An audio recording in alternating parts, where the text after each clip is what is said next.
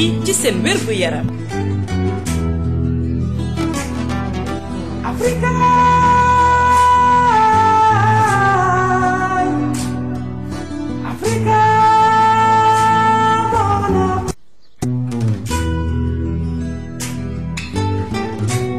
Voilà donc le quotidien national Le Soleil titre ça une après 10 heures d'audition à la section de la gendarmerie. Karim Wade repasse jeudi prochain. Les personnes convoquées doivent répondre selon Macky Sall. Ousmane Ngom, nous allons saisir la Cour suprême. Journée médicale au Soleil, des centaines de personnes consultées gratuitement et Abdoulatif Coulibaly sur le Grand Prix Médié 2012. Le mérite revient d'abord au peuple sénégalais. Régulation de l'audiovisuel, les 8 nouveaux membres du CNRA installés et procès des Thiantakoun, le procureur requiert des peines de 3 à 5 ans de prison ferme. Lutte contre les inondations, le Premier ministre ordonne la fin du plan Orsec. Libération titre à sa une, présumé s'être enrichi illicitement, auditionné hier 10 heures durant, interdit de sortir du territoire et reconvoqué jeudi. Karim coincé sur 2 points, tout tourne autour de ses relations dangereuses avec l'homme d'affaires Abbas Javer, dont l'audition est imminente.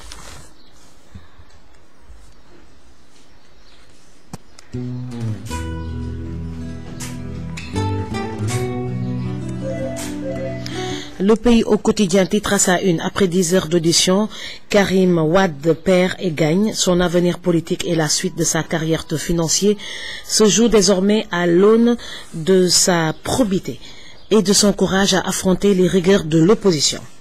Arnaque violée des distributeurs, le gaz monte au nez des ménages, l'offre sociale sur le point d'être éradiqué. Pape Diouf, ministre de la Pêche, Bokk Yakaar risque d'être paralysé si 3 points de suspension, la suite de l'article à lire à la page 4 et 5. Le quotidien titre à sa une Abidjan sur la médiation de Ouattara dans l'escalade entre le pouvoir et le PDS. C'est Wade qui a été demandeur. Convoqué jeudi prochain après 10 heures d'audition hier, Karim Wade n'est pas sorti du tunnel. La bande des 7 du procureur spécial interdite de quitter le Sénégal et procédé Thiantakoun entre 3 et 5 ans requis contre les casseurs et les instigateurs. L'État demande 2 milliards de dommages. Les parties civiles réclament entre 60 000 et 191 millions de francs, délibérés le 29 novembre. L'Observateur titre à sa une procédé casse à Dakar. Le procureur requiert 3 à 5 ans de prison, les délires des Thiantakoun devant la barre. Enquête sur l'enrichissement illicite, Macky hausse le ton. Celui qui refusera de répondre à une convocation sera déféré d'une manière ou d'une autre. Karim Wade et compagnie interdits de sortie du territoire. Le fameux jet privé, une des raisons de sa reconvocation à la gendarmerie jeudi. Et Souleymane Jules Diop, rien que pour son avion, Karim doit aller en prison.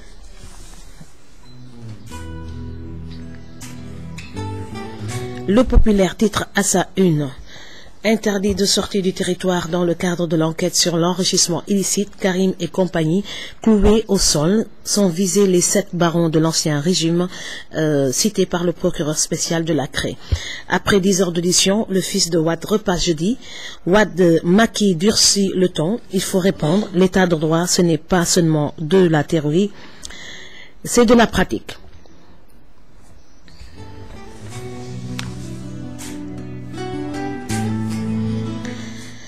Réumi qui titre à sa une incarcéré depuis jeudi dernier, l'agent comptable de l'ARTP Yakeba sort de prison.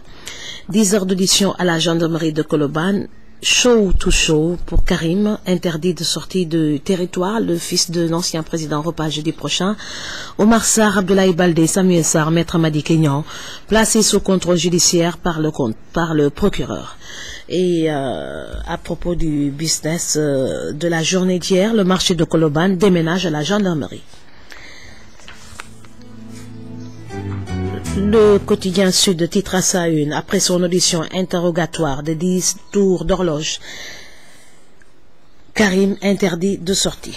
entendu hier, jeudi 15 novembre, à la section de recherche de la gendarmerie de Colobane, dans le cadre de l'enquête déclenchée par la Cour de répression de l'enrichissement illicite. Karim Wade, ancien ministre d'État et non moins fils du président sortant du Sénégal, est sorti libre de la caserne Samba Djiri Diallo. Et un autre titre au journal Sud, procès des Tchantakoun, le procureur requiert 3 à 5 ans de prison ferme. Direct Info titre à sa une, Baba Tandian, président de la Fédération sénégalaise de basket. C'est la première fois dans le basket international qu'un pays gagne en même temps 2 trophées. Après plus de 10 heures d'audition, convoqué encore jeudi, le sort de Karim entre les mains du procureur spécial. Les libéraux exigent la haute cour de justice pour les entendre. Vandalisme et troubles à l'ordre public, le procureur requiert 5 ans, l'État réclame 2 milliards. Cambriolage de l'agence de la CBAO de Touba, les vigiles ligotés, le coffre résiste, 3 millions emportés. La Tribune titre à sa une, Modulo Rock Energy, je serai roi des arènes, je ne vais pas lutter pour 75 millions et Luc, c'est comme mon grand frère. Après 11 heures d'audition, Karim interdit de sortir du pays. Procès des casseurs, une catholique et un sourd parmi les Tchanta et ministère de la Culture, comment Diouf a eu la tête de Youssou Ndour.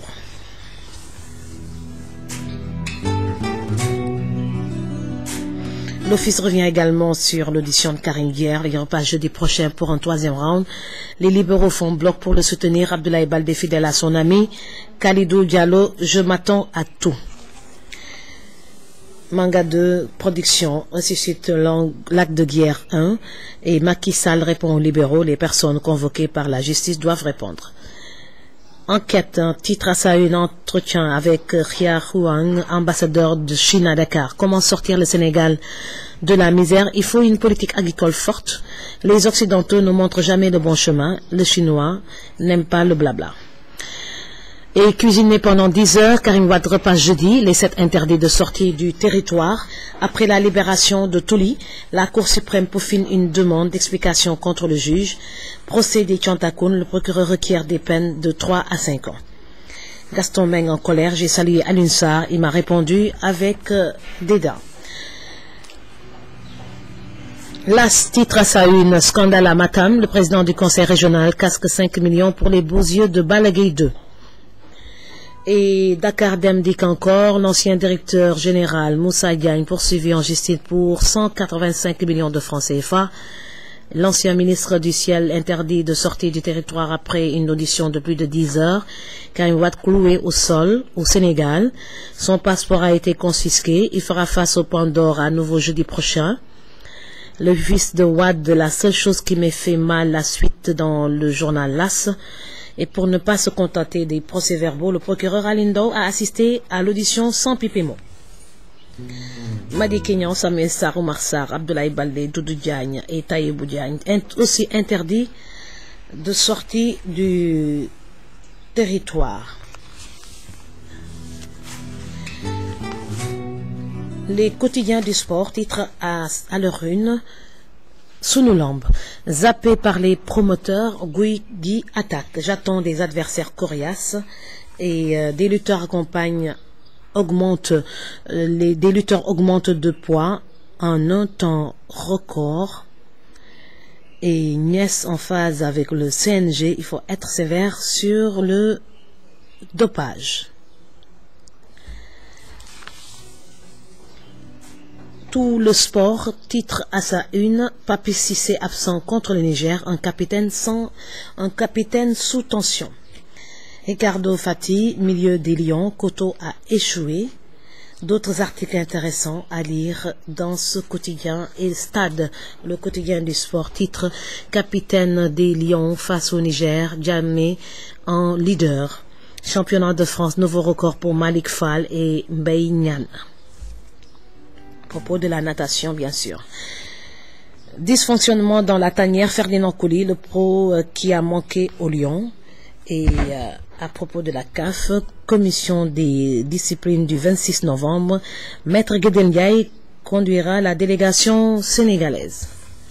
C'est l'essentiel des titres à la une des journaux qui me sont parvenus ce matin. Le waxtaan matinal dans quelques instants.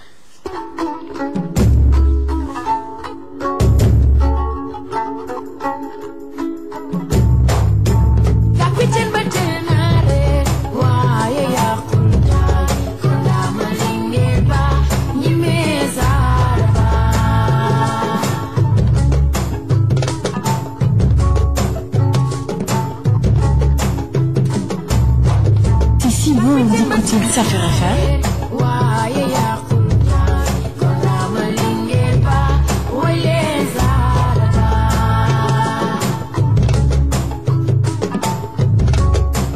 Si vous écoutez Safir FM.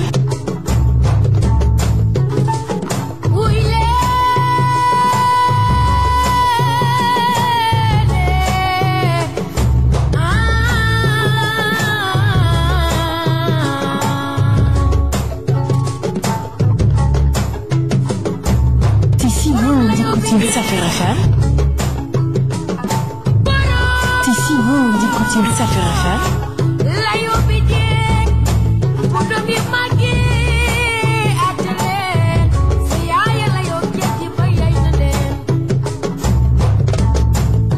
Si vous écoutez Safir FM. Si vous écoutez Safir FM.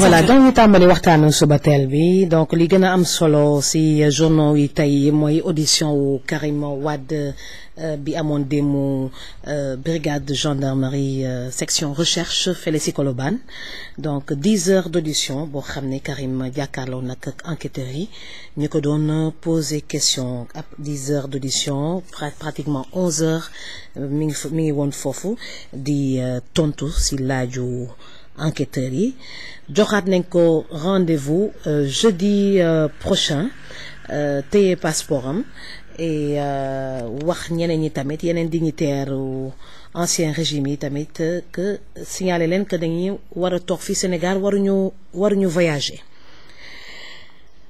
Le fameux jet privé nag bon moom gën a tax ñu wax ko mu ñëwaat jeudi prochain ndax bëgg nañu xam ndax jet privé bi Sénégal xaalis Sénégal da ci dugg wala ndax dañ ko abaloon wala ndax moo ko moomal ak xaalisu boppam donc loolu bokk na ci une des raisons de sa reconvocation ci gendarmerie jeudi prochain moom la observateur titré tey Souleymane Jules Diop tamit ñu ràññee ko ci réaction am nee na rien que ci avion bi nga xam ne da ko doon utiliser Karim dafa war a dem kaso loolu la Souleymane Jules Diop wax ñu titré ko à la une du journal L'Observateur démb tamit am na procès bu nga xam ne ñëpp a nga ko doon xool di xool li fay wadd mooy le procès des cas à Dakar procureur bi nag moom requiert na 3 à 5 ans de prison si Déliro Thiantakouni et puis état bi demandé 2 milliards de dommages mu nekk loo xam ne am na solo donc procès bi démb la woon fële tribunal bu Dakar ñu bëri déplacé woon nañu pour assister à ce procès. Pratiquement tous les journaux ñoom ñoo revenir ci ñaari information yooyu moo revenir dans pratiquement Observateur, Libération, Le Quotidien donc Populaire, Sud Quotidien. Donc tous les journaux aujourd'hui Direct Info c'est information bi Le Pays c'est information bi la ñuy revenir et que démb ñi ci sax xamoon nañu tiit ndax 10 heures ci guddi la fa nekkoon di répondre aux questions waa PDS ñu ci bëri damit demoon nañ ko soutenir marché Colobane nag moom daa dem rek déplacé wu pour jaay certainement lekk ndox jus ak ñëpp ñi nga xam ne ñi déplacé woon pour jàppale Karim. Beneen information boo xam ne Soleil kese moo ko joxe te mu am solo c'est la lutte contre les inondations le premier ministre ordonne la fin du plan Orsec loolu moom Soleil moo ko joxe tey mu nekk lu am solo. Le premier ministre qui ordonne la fin du plan Orsec maanaam urgence bi nga xam ne état bi joxe woon na ko pour régler le problème des inondations. li ñu si mën a ràññee ak li ñu si mën a wax rek mooy bu mu tawee ba dëkk bi yëpp taa ñëpp jaaxle ba mu créer benn élan de solidarité nationale ay millions yu bëri ak jóge ci askan bi ay milliards yu bëri tamit jóge ci société privée yi ak état bi débloqué xaalis bu bëri pour régler définitivement le problème pas définitivement mais de manière urgente le problème des inondations lu leer ba leer que le problème va se reproduire waaw donc loolu moom ku am seetlu di nga xam ne le problème des inondations n'a pas été réglé définitivement on n'a pas relogé les sinistrés lenn daal yàlla daal dimbale nañu taw yi bëreetul woon ndox bi évacué nañ ko ñu taxu woon delluwaat nañu la plupart seen kër di xaaraat yeneen taw mu nekk loo xam ne c'est une désolation ndax amoon occasion boo xam ne yàlla moo ñu ko offriroon mayoon ñu ko pour ñu identifier des terres capables de reloger les populations et faciliter la création d'une nouvelle ville. Ça n'a pas été fait. C'est vraiment dommage. Donc waxtaan bi sax mun nañu ko accepter ci loolu ndax suñu demee ba am problème ci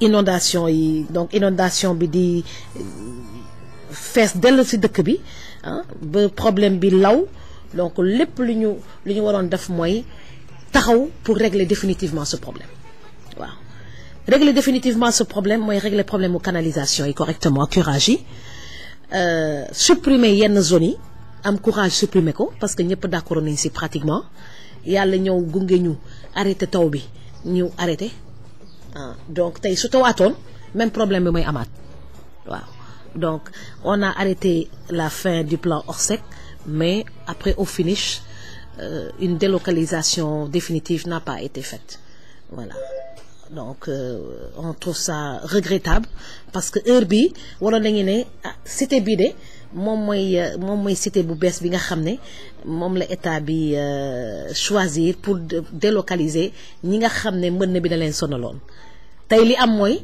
ñi mbënn bi sonaloon dellu nañu seeni kër di xaaraat yeneen taw voilà donc mën nañu yemale waxtaan bi tey fii donc 3 informations yu gën a am solo Karim Wade qui repasse jeudi prochain donc procès Thiantakoun procureur qui requiert 3 à 5 ans de prison plan Orsec bi nga xam ne premier ministre ordonné la fin tawatul donc nit yi mën nañu delluwaat seen kër di xaaraat yeneen taw